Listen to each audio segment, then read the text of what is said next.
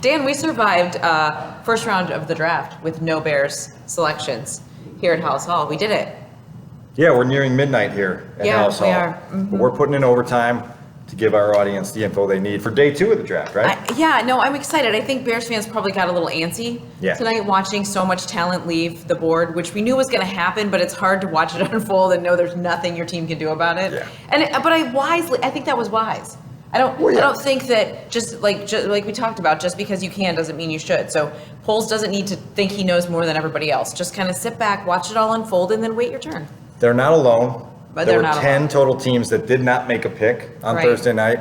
9 teams made multiple picks, including the Jets. The Jets, who had 3 picks. I swear, every time I looked up, the Jets were on the clock. They got Sauce Gardner, they got Garrett Wilson, they got Jermaine Johnson. They addressed 3 major needs with 3 premium players. Yeah. And by the way, they pick again at number 38, 1 pick before the Bears on Friday. They're going to have 4 picks before the Bears have 4 premium picks. 4 premium picks. Lord. That's a really good draft haul for Joe Douglas up in New York. I think tonight here at House Hall, I'm curious to know what the emotions were in the draft room as the receiver run started. Yeah, man, was quick too. Right. You go at number 8 with Drake London, first guy off the board to the Falcons. Then all of a sudden you've got that 3 in a row. Yeah. With Wilson, all of Justin Fields' Olave, former teammates. Everybody that Justin wanted. Yeah. So that was a little disheartening. And yet I went back immediately and looked at like the talent still remaining on the board. Yeah. There was a ton of it, not just at receiver though, also at offensive line, which I think that's where they're going to go with their first pick. Well, we'll see. Again, they've got the picks at 39 and 48. They've got that option. We put you in that fork in the road yesterday. You said offensive line. I'm still leaning in the receiver group.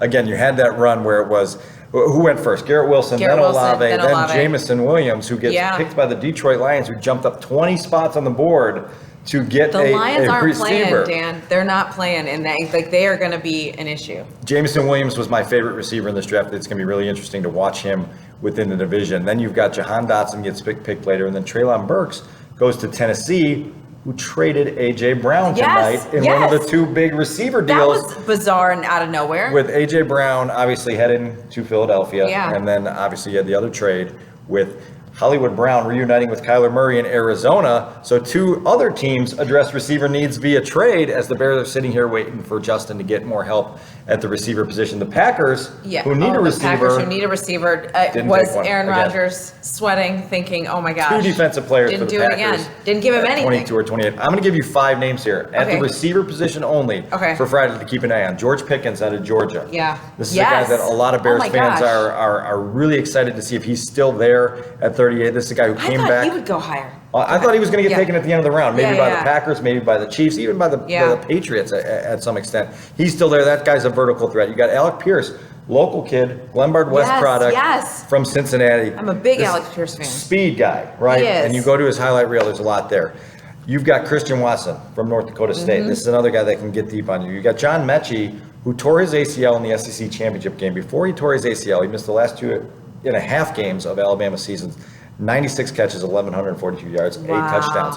This is a guy coming back off an ACL tear. This is a team here that doesn't need immediate production. So you can take your time with a guy like that on a timeline, right? I mean, you don't need him to be back. You don't like that? All right, Deionne's somebody else. And the last one, this is a strange one because the Bears obviously rolled the dice on a hungry receiver from Memphis 4 years ago in Anthony Miller, and it didn't work out. Right. Well, Calvin Austin III in that program is a guy who's very undersized, 5'9", 162, but you turn on the video of him, this guy is a bottle rocket. You light the wick.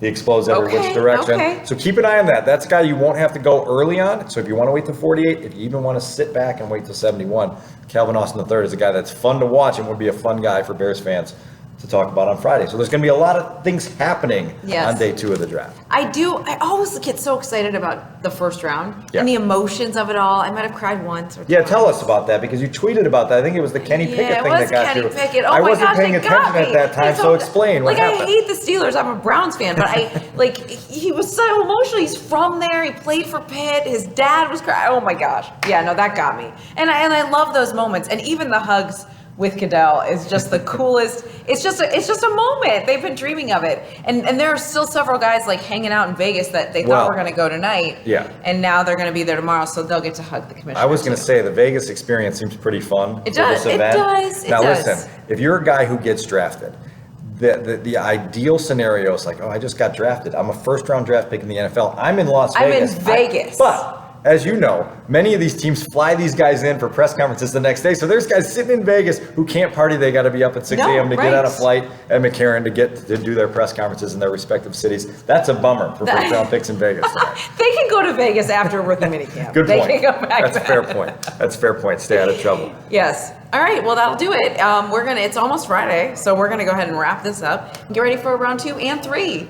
See what the Bears do. We're working overtime for you to bring you all your draft news. We'll have a lot more news on players the Bears actually pick. Yes. Starting on Friday. Real draft picks. I can't wait. That's Dionne. I'm Dan. We'll talk to you later. Bye, guys.